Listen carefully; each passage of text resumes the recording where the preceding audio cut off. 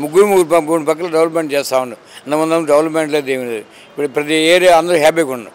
ఇందాక చెప్పానమ్మా మీకు, నేను కనపడిన దేవుడికి ఎంత నమ్ముతున్నానో కనిపించే ప్రత్యక్ష దైవం సూర్యభగవానుడితో సమానమైనట్టు నారా చంద్రబాబు నాయుడు గారు.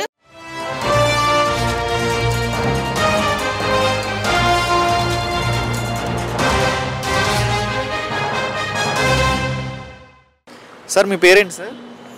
శ్రీనివాసరెడ్డి. ఓకే, ప్రజెంట్ కూటమి ప్రభుత్వం వచ్చింది కదండి, చంద్రబాబు నాయుడు గారి పరిపాలన. ఇప్పుడు డిప్యూటీ సీఎం పవన్ కళ్యాణ్ పంచాయతీరాజ్ గారు రోడ్లు సౌకర్యాల పరంగా ఎలా అనిపిస్తుంది ప్రభుత్వం వచ్చిన తర్వాత? బాగుంది సార్, చాలా బాగుంది, చాలా బాగుంది. ఇప్పుడు ఈ సంక్రాంతి కల్లా రోడ్లు అనేది ఫినిష్ అయిపోవాలి, రోడ్లు మొత్తం క్లియర్ అయిపోవాలి నా టాపిక్ మీద నడుస్తుంది కదా. ప్రతి నియోజకవర్గంలో ప్రతి మండలాల వైజ్గా శంకుస్థాపన జరుగుతుంది. ఎలా అనిపిస్తుంది సార్? రోడ్ల మీద ఫోకస్ చేశారు 6 monthsకి, ఎలా అనిపిస్తుంది? బాగుందండి, బాగుంది. రోడ్లు కూడా బూడిపోయిన మా ఏరియాలో కూడా చూస్తే ఒంగోలు సార్ గుంటలు ఉన్నాయి. మంచి రోజులు వచ్చినాయా మరి? బాగుంది సార్, మరి గత 5 సంవత్సరాలు రోడ్లు ఎలా ఉండేవి సార్? అప్పుడు ఒంగోలు సరౌండింగ్స్లో కానీ మీరు చూసిన వెళ్తూ ఉంటారుగా, ట్రావెల్ చేస్తుంటారుగా, ఎన్ని సంవత్సరాల నుంచి రోడ్లు ఎలా ఉన్నాయి? గుంటలుగా ఉన్నాయి, పోవడానికి చాలా ఇబ్బందికరంగా ఉన్నది. కానీ ఇప్పుడు వేస్తూ ఉండరు, కొన్ని ప్రాంతాలు వేస్తాను బాగుంది. రీసెంట్గా చూసుకుంటే గిరిజన ప్రాంతాలకు కూడా వెళ్ళి డిప్యూటీ సీఎం పవన్ కళ్యాణ్ గారు రోడ్ల కోసం అని చెప్పి శంకుస్థాపన చేసి వచ్చారు కదండి, ఎలా అనిపించింది? బాగుంది మాట చేయడం వల్ల. మొన్న మధ్య ఎక్కడ వైజాగ్ దగ్గర వెళ్ళారు, వెళ్ళి వాళ్ళకి దూరంలో చేస్తాను. కానీ బాగుంది, అలా చేసిన స్పందన వస్తుంది జనంలో, బాగుంది అనిపిస్తుంది. కంకిపాడు కూడా వెళ్ళారు, కంకిపాడులో కూడా ఆయన రోడ్లు వేసిన రోడ్లను చెక్ చేయడానికి, ప్లస్ అదిగాక మళ్ళీ రోడ్ల గురించి కూడా శంకుస్థాపన గురించి కూడా వెళ్ళారు ఆయన. ఎలా అనిపించిందండి? బాగుంది, చాలా హ్యాపీగా. మూడు పక్కల డెవలప్మెంట్ చేస్తూ ఉన్నాం. ముందు డెవలప్మెంట్ లేదు, ఏమి లేదు. ఇప్పుడు ప్రతి ఏరియా అందరూ హ్యాపీగా ఉన్నాం. వాళ్ళ పార్టీ వాళ్ళు ఇంకా వస్తాను మాటలు. బట్ వెరీ గుడ్ చాలా బాగా చేస్తాను, బాగుంది. స్వయంగా నాయకులే వెళ్ళి ఆ రోడ్లు చెక్ చేయడం కానివ్వండి, ఊర్లోకి ప్రజల్లో ఒకరిలా వెళ్ళి వాళ్ళ బాగోగులు తెలుసుకోవడం అనేది అసలు ఎలా అనిపిస్తుందండి? చాలా బాగుంది, చాలా హ్యాపీగా. అంతకుముందు ఎవరు వచ్చేవాళ్ళు వెళ్ళిపోయేవాళ్ళు. చాలా బాగుంది, చాలా హ్యాపీగా ఉన్నారు జనం అంతా. చూసుకుంటే ఏ నాయకులైనా ఇలా ప్రజల్లోకి వెళ్ళారా? ప్రజల్లోకి వెళ్ళి వాళ్ళ బాగోగులు చూసిన వాళ్ళు. ప్రస్తుతం చాలా బాగుంది, చాలా హ్యాపీగా ఉన్నారు. మరి గత 5 సంవత్సరాలు కూడా పరిపాలన అనేది చూసాము, ఎలా అనిపించిందండి? లేదండి, అంతా జనాన్ని చాలా ఇబ్బంది పెట్టి చాలా అనేక రకాల ఇబ్బందులు పెట్టారు. ఇప్పుడు అందరూ హ్యాపీగా ఊపిరి పీల్చుకున్నారు జనం. ఇప్పుడు వాళ్ళు అంటానే ఉంటారు, ఎందుకంటే వాళ్ళు చేసిన పనులు మంచిగా. మంచి అయితే ఎందుకు ఈ విధంగా జనంలో స్పందన వచ్చి గెలవగలిగారు? లేదు, ఒట్టి మాటలు ఆయన తెలియక ఉచితంగా ఇచ్చి బికార్ వాళ్ళని చేశారమ్మా ఇచ్చి. ఇప్పుడు చాలా బాగా చేస్తాను. ఇవ్వకపోయినా పర్లేదు, ఇచ్చారని అనుకున్నారు, దానివల్ల ఉపయోగం లేదు. ఉచిత పథకాలు ఇచ్చి ఇవ్వకుండా బాబు గారు ఆ రోజున కొన్ని వాగ్దానాలు చేయకపోయినా గెలిచేవాడే, అనవసరంగా చేసేవాడు. చాలా బాగుంది, చాలా బాగున్నాను. ప్రస్తుతం ఎలా అనిపిస్తుందమ్మా? ప్రజెంట్ ఇప్పుడు చంద్రబాబు నాయుడు గారు వచ్చారు కదమ్మా స్టేట్కి. సో సౌకర్యాలు ఎలా ఉన్నాయి, ఏమైనా ఇబ్బందులు ఉన్నా చెప్పుకోవడానికి వస్తున్నారు కదా, మీ దాని ప్రకారం ఏం చెప్తారు? చంద్రబాబు నాయుడు గారు స్టేట్కి డెవలప్మెంట్కి వస్తుంది, చాలా మనందరికీ ఆయుష్ పెరిగినట్టేనండి. బట్ 2019లో ఆయన దిగిపోయిన తర్వాత మేము నమ్ముకుని ఒక పర్సనల్ ఇష్యూ చంద్రబాబు నాయుడు గారి ద్వారా డీల్ చేస్తున్నారండి. మాది ఇష్యూ అది చాలా కాన్ఫిడెన్షియల్ మ్యాటర్, నేను చెప్పను. ఇవాళ మీరు అడిగారు కాబట్టి నేను ఇక్కడికి 3 weeks నుంచి తిరుగుతున్నానండి.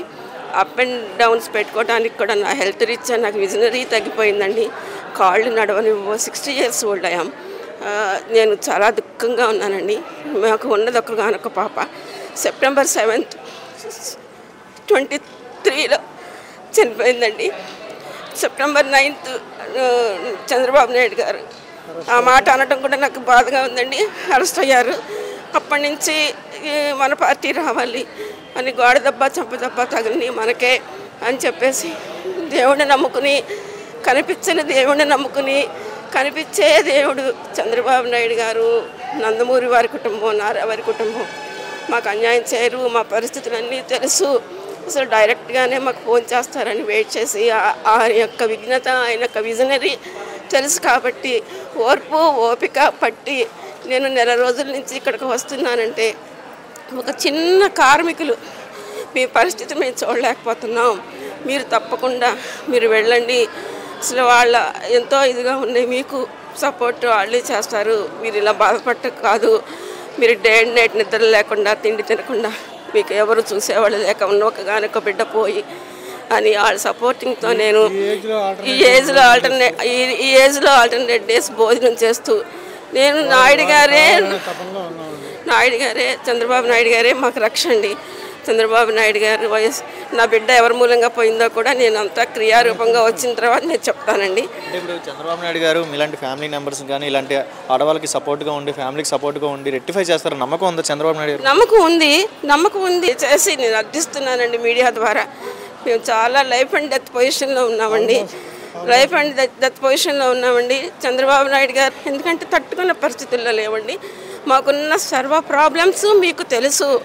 నేను ఇలా విన్నవించుకుంటున్నానని దయచేసి తప్పుగా అర్థం చేసుకోవద్దండి. నారావారి ఫ్యామిలీ కానీ నందమూరు కలిసే దారి లేక 1-4 సార్లు నా హెల్త్ ఇష్యూస్ అన్నీ కూడా మీకు తెలుసండి. నేను ఎక్స్పెన్సివ్ పెట్టుకోలేక నాకు ఇవాళ ఎక్స్పెన్సివ్కి ఈ 4 సార్లు పార్టీ ఆఫీస్కి వచ్చానన్నా, సెక్రటరియట్కి వచ్చానన్నా, బందర్ కొల రవీంద్ర దగ్గరికి వెళ్ళి కలిసిన అన్న నాకు ఆ దాతలు ఎవరో వాళ్ళు కూడా మీకు తెలుసండి. నేను పనులన్నయ్యాక చెప్తాను. వాళ్ళు ఎటువంటి వాళ్ళు అయితే మా మీద అభిమానంతో చేస్తున్నారు. ఒకటే విన్నపం చేస్తున్నానండి. దశదినం కర్మ కూడా చేయలేనండి. అభాగ్య స్థితిలో ఉన్న తల్లిదండ్రులం అయిపోయామండి మేము.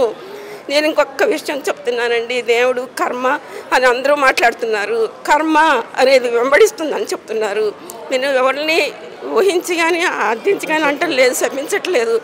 కర్మానుసారం సత్యహరిశ్చంద్రుడు అంత గొప్పవాళ్ళం కాకపోయినా సత్యహరిశ్చంద్రుడు లోహితాసుడు చచ్చిపోతే చంద్రమతి ఎలా తీసుకెళ్ళింది, నా బిడ్డను అలా తీసుకెళ్ళారండి. మేమిద్దరమే తీసుకెళ్ళామండి. నాకెందుకు ఇలాంటి పరిస్థితి వచ్చింది, నా బిడ్డ ఎందుకు అంత ఏం పాపం చేసిందని మాకు ఈ పరిస్థితి ఎవరి వల్ల ఎందువల్ల మీకే తెలుసు, మా నాన్న వాళ్ళకి అందరికీ తెలుసు. నేను ఇక కాంట్బట్ పొజిషన్లో అనుకోకుండా ఇవాళ ఈ మీడియా ద్వారా నేను నా విన్నపాన్ని తెలియజేస్తున్నాను. నాయుడు గారు, చంద్రబాబు నాయుడు తొందరగా మమ్మల్ని ఆదుకోకపోతే మా బారోవర్స్ ఎవరో హౌస్ ఓనర్స్ కానించి కూడా మీకు తెలుసు, అన్నీ మీకు తెలుసు, ప్రతిదీ మీకు తెలుసు. మీరు చల్లగా ఉండాలి, మీ పార్టీ రావాలని నేను ఏ దేవుడికి బిడ్డ పోయిన దుఃఖంలో మీ ఇద్దరం ఎంతమంది ఎన్ని చేస్తున్నాం ఏమండి. ప్రాబ్లం అనేది చాలా పర్సనల్ అని అంటున్నారు, చాలా దుఃఖంలో ఉన్నారు. మీరు మాట్లాడుతుంటేనే అర్థమవుతుంది. ఖచ్చితంగా మీకు ఇక్కడ చంద్రబాబు నాయుడు గారు మీ ప్రాబ్లమ్ని సాల్వ్ చేస్తారు, మిమ్మల్ని ఆదుకుంటారు అని నమ్మకం ఉందండి. అసలు ఆయన ఇందాక చెప్పానమ్మా మీకు, నేను కనపడిన దేవుడికి ఎంత నమ్ముతున్నానో కనిపించే ప్రత్యక్ష దైవం సూర్యభగవానుడితో సమానమైనట్టు నారా చంద్రబాబు నాయుడు గారు. నాయుడు గారికి మాకు ఉన్న అనుబంధాలు టచెస్ ఉన్నాయమ్మా. ఇవాళ రోజున నేను ఇట్లా మీడియా ద్వారా తీసుకెళ్ళడం కూడా అది మా కర్మ. ఏంటండి, చంద్రబాబు నాయుడు గారి ఇన్స్పిరేషన్తో నాకు తెలిసిన ధోరణిలో నేను డైరెక్ట్గా మాట్లాడినప్పుడు కూడా ఇండైరెక్ట్గా మాట్లాడినప్పుడు కూడా చెప్పానమ్మా. ఇవాళ ఏపీలో కానీ తెలంగాణ ఉమ్మడి ఆంధ్రప్రదేశ్గా ఉన్నప్పుడు కానీ ప్రతి కుటుంబంలో ఒక సాఫ్ట్వేర్ ఇంజనీర్ ఉన్నాడు. ప్రతి కుటుంబం నుంచి 4 కుటుంబాలంటే ఒక కుటుంబం అబ్రాడ్లో ఉన్నారు. ఎంత ఫైనాన్షియల్గా రీచ్ అయ్యారో, ఎంత ఫైనాన్షియల్ స్టేటస్ తెచ్చారో అది జన్మలకి ఆయన రుణం తీర్చుకోలేము. ఆయన ఇన్స్పిరేషన్తోనే నా బిడ్డను నేను సాఫ్ట్వేర్ ఇంజనీర్ చేశానమ్మా.